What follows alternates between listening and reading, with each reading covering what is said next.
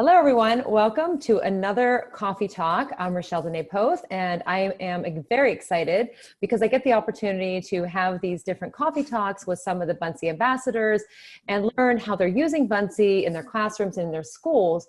And it's really fun to get to talk to these, educators to see how they're using Buncee, what their role is, and the impact that it's making in education. So today, I would like to welcome Deann to the Coffee Talk.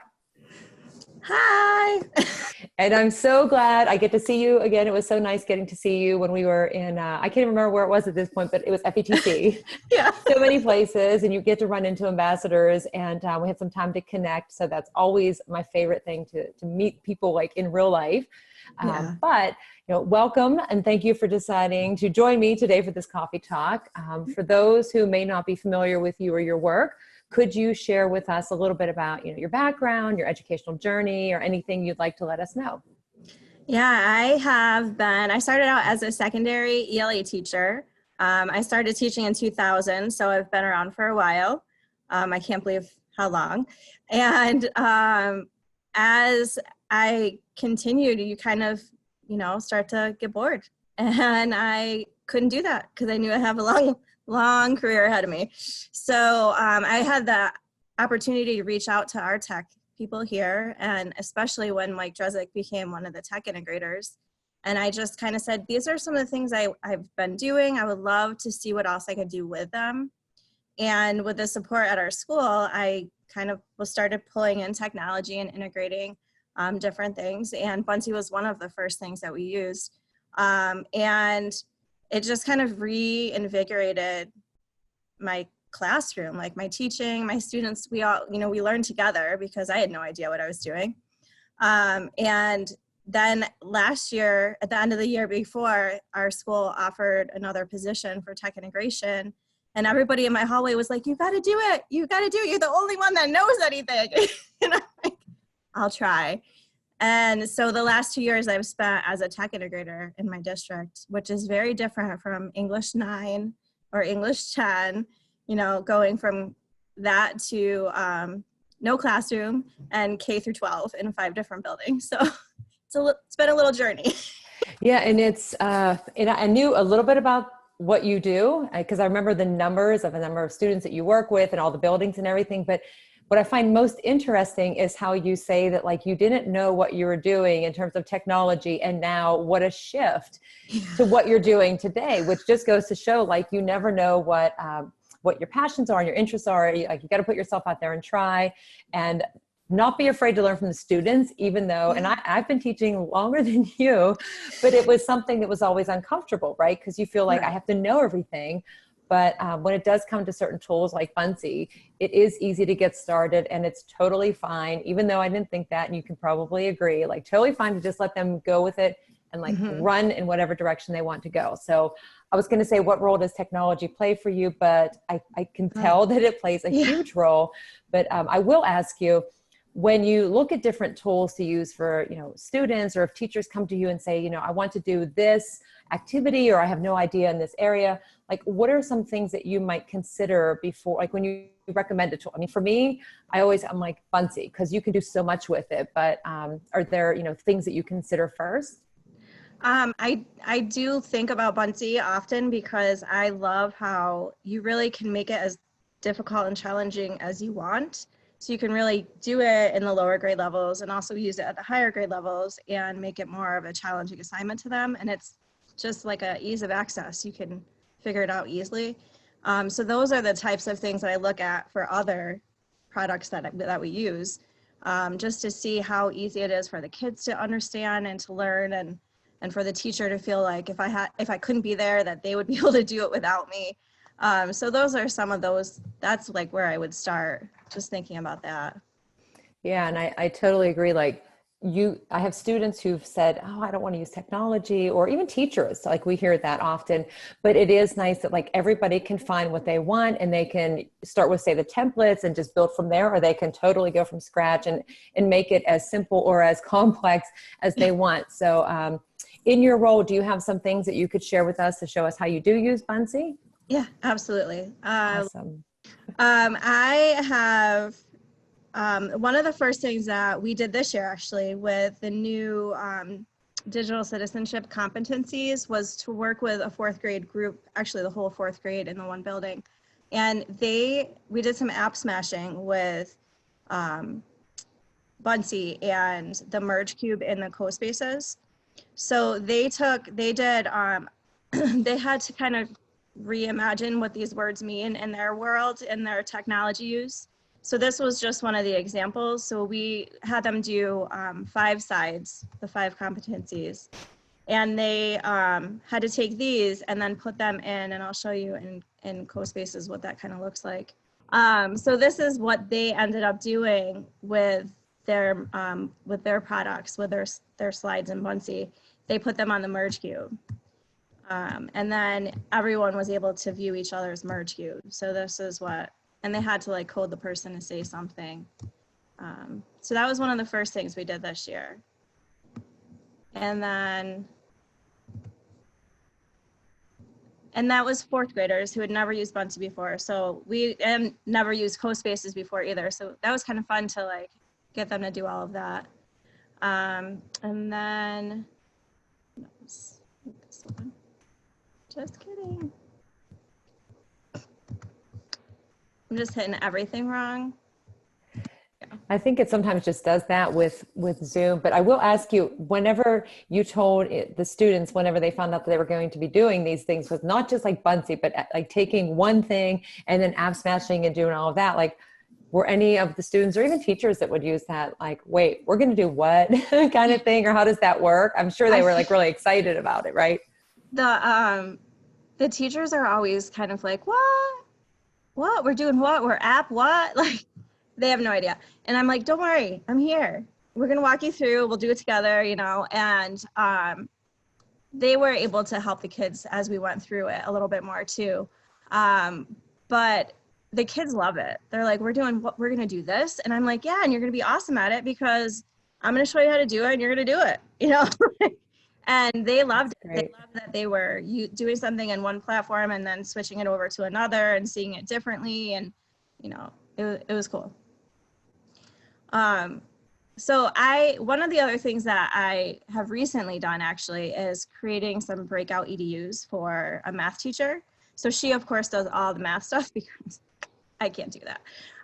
But I like write her stories and do the visuals. And our visuals for our last one that we did were really boring.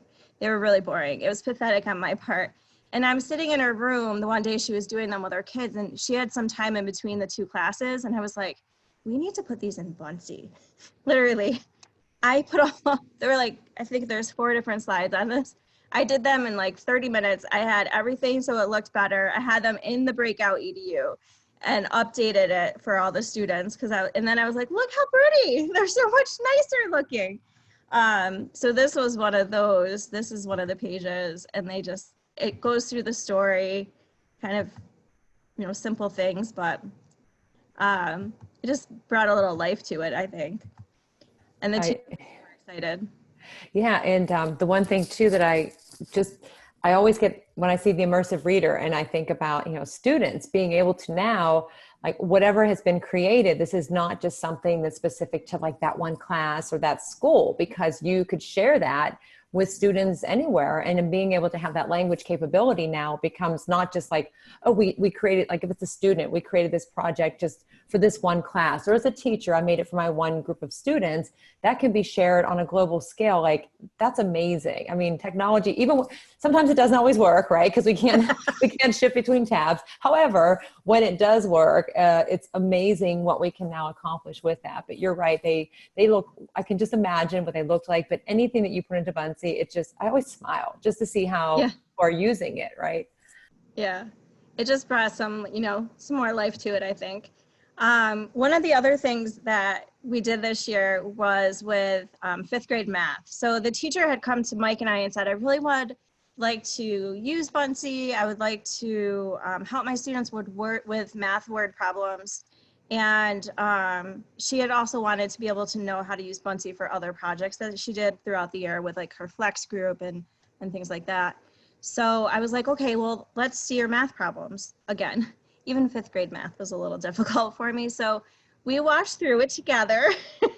And we had her students, this is just my example, but we had her students break down the word problem and visuals in Buncee. So this was, I'll just kind of go through this. So the question shows up on every page, I think. And like measurements are there, and it shows and talks about the things that are a part of the word problem. And then, so what they needed to know, what they knew given in the problem. And then it just kind of keeps updating like what they have to actually figure out. And they have a little hint that they use to know how to move the decimal. So that was part of it. And then each of the steps was shown. And then we ended with a video of the students actually doing the math problem and talking it through. So we included that, which was nice. And then that was it. That was the end. But it was a pretty cool project. So not only did the kids learn Buncee, but they learned how to include like the video in Buncee. They learned how to do the math problem and break it down step by step. And they were going to be using these throughout the year to do them in class together. Yeah, I love, can you go back to the one that had the video on it? Yeah. Oh, gosh. It's just, I mean, just being able to do that, and even having students, somebody had asked about, you know, I don't know how to have my class do a book report aside from just doing a book report and like writing something. And so even just being able to create a quick Buncee where the students can record themselves talking about it or whatever, or solving a problem or anything like that. It's just like things that I don't always think of. So I love seeing how people are using these as well. Yeah, it was neat. It was definitely neat. This was definitely challenging for the students. It was definitely, I mean, and it was a great team effort because I could help them with the tech side of things and she could help them with the math side of things. And I think she also really enjoyed what their final product was. So it was fun. And then let's see what else I have in my pocket for you. And I keep hitting the wrong buttons. It's okay. I will say fifth grade math is no joke.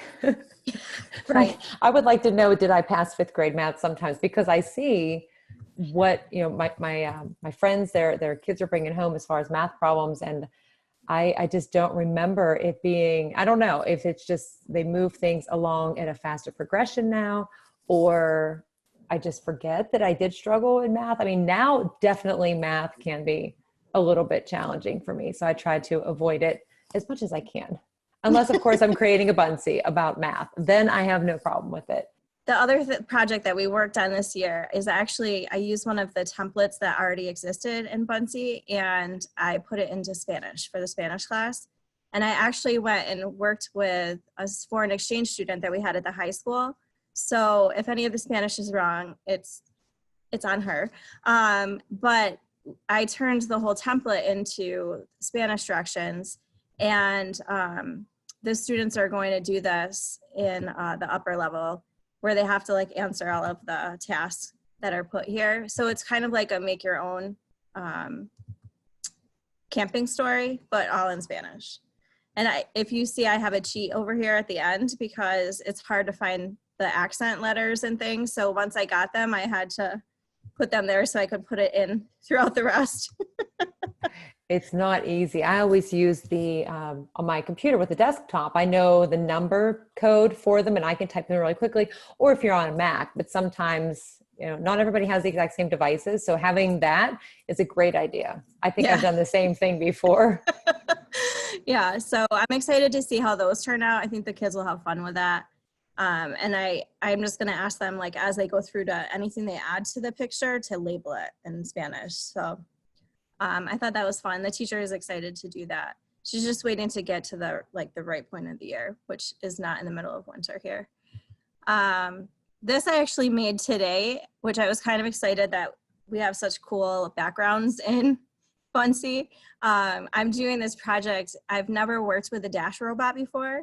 And we're doing this project that actually Lori Guion, which is another ambassador, right? She shared some ideas with me, and I created this as like the final project for the students. So they are going to do all these missions where they have to like journey into space. But then the last thing is for them to create a mission for their classmates. So I set it up the same way I set up the assignment. So it will look like the rest of the projects that they've done already, and they can kind of use those to help themselves like create this. But I just loved that I was able to pull everything in, and like, I don't know, I love the look of it. I think it's so fun, and I think they'll be excited to try it. Yeah, there are a couple backgrounds that are very similar to that I find myself using quite often because they're really cute. But you bring up another point too, like people who are looking for different ways to use Buncee in classes for STEM or STEAM and have students do different activities. And I know like Laurie does a lot of work in that area too. So having something like this would be great. I actually just started to do a little bit of research with Dot and Dash because the younger age, especially with like coding. And so this is a great idea for people to use. Yeah. It was fun kind of making it up today too, you know. I was like, oh, I know I can go to Buncee and find something fun to use. And then the only other thing that I thought would be kind of fun to share, and this is one of the earlier projects that I created with a Global 9 teacher. And this is kind of a demo for what her students could do with Buncee. So I tried to add all of the options that were available. And so, you know, being able to put an image in the background, the different color text, the arrow, having the video option within Buncee, those are just some of the things that you can do. So I go through this with the students, showing them all the options that are available, and then they create their own Buncee for a specific ancient river valley civilization. So like this here, I showed them the shapes they can add, the words they can add, the drawing tool, and like we talked about why they might use it, the different, you know, animations and stickers that would highlight the different aspects of the ancient river valley civilization. I showed them that they could pull in pictures that, you know, were from Google. And then the 360 I showed them, and how they could draw. I'm such a good artist. And other backgrounds they could pull in. And then let's see, that they could also include a video about information that was in their ancient river valley civilization. Maybe they couldn't find it somewhere else, or they didn't want to just have the words and they wanted to explain something. They could also do that. And that's a very old computer we have in our room. So I highlighted that for them, and because that's probably ancient. And then I had a question at the end. So those were all the things that I thought they would want to try to use in their Buncees, and then they were sent off to do their Buncee. I still have that computer here, actually. Oh my Is gosh, it old? No. It's really no, but I do have my students, my 8th grade class, that's a STEAM emerging technology. And we go back and look at technology over time. And they are just now doing a project where it is called, I think I did call it Tech Over Time. And they had to pick some type of technology or device and track it over a certain period of time in the past, but also make predictions in the future. And they're using Buncee to create it. So I cannot wait to see what they come up with if they have pictures just like that in there. You can steal that picture if you need it, because it is live in front of me right now. I don't know if they just think it's funny, but it's like nightmarish. It's got the floppy drive. Oh, the struggle was real with trying to wait to put it, even PowerPoint. I mean, that's what I had a student who like 2 years ago wanted to debate about how using a tool like using Buncee was the same as PowerPoint, and he could do the exact same thing. And I'm like, no, you can't. No. But I said, okay, you know what, we'll test it out. So we sat down side by side and we're, you know, creating and doing things. And we realized like, it's not, there are similarities of what you can add into it, but the time and all your options. But we got to a conversation where I said, you have no idea what it's like, because you make these presentations, they auto save, they're there for you. But I said, well, we had to use the disc and you had to insert one. And like, I did a presentation in college. I think I needed 12 discs for like 9 slides. And on one disc was one image and you had to wait for it to boot up. So I love seeing that, because I did have a computer like that. But, yeah. But it's just, that's just shows technology is amazing what we can do now with it. so easily. And Yeah. you have that This, presentation, you could just share it with me and I could use it in mine. And yeah. This project too, last year, the teacher came to me and I was new at this. So this was all new to me. And she said, I really want to try something different. You know, can you give me some ideas? And I was like, yeah, absolutely. So my presentation for hers was a little bit different last year because I was still learning. And I think some of these things are newer. But I said, why don't you have them do some research before they start? Like, don't even enter the topic yet. Let them find out stuff. Let them share it with each other. And she had them do the research just like this. They used Buncee, and they had to record when the other people were presenting. They had to kind of take down some notes and information, and then they went over it as a class. And she said when they took their test, it was the best grade she's ever had. And she was so apprehensive about it. She let me do it, which was, wow. but like, I mean, it really did empower them to learn more. And she was excited. And that when she asked me to do it again this year, I was like, oh yeah.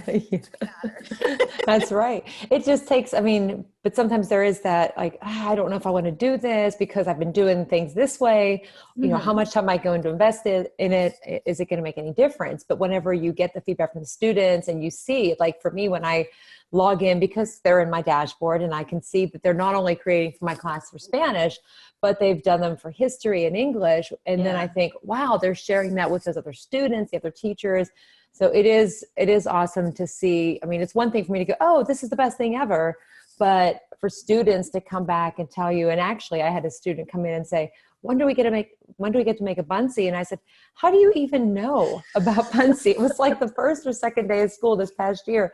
And, you know, their older siblings or other classes. And I said, oh, don't worry. You'll be making a lot of Buncees this year. But they are more engaged, right? Because they can pick what they want and they have fun and they're always adding new, you know, animations, and especially like the 3D objects were a huge hit with my students this year. So it's great to see. Yeah. Oh, yeah, it's been fun using it and learning it. I know. And I've learned so much, just like, that's why I love doing these coffee talks, because I see all these different ways that it can be used.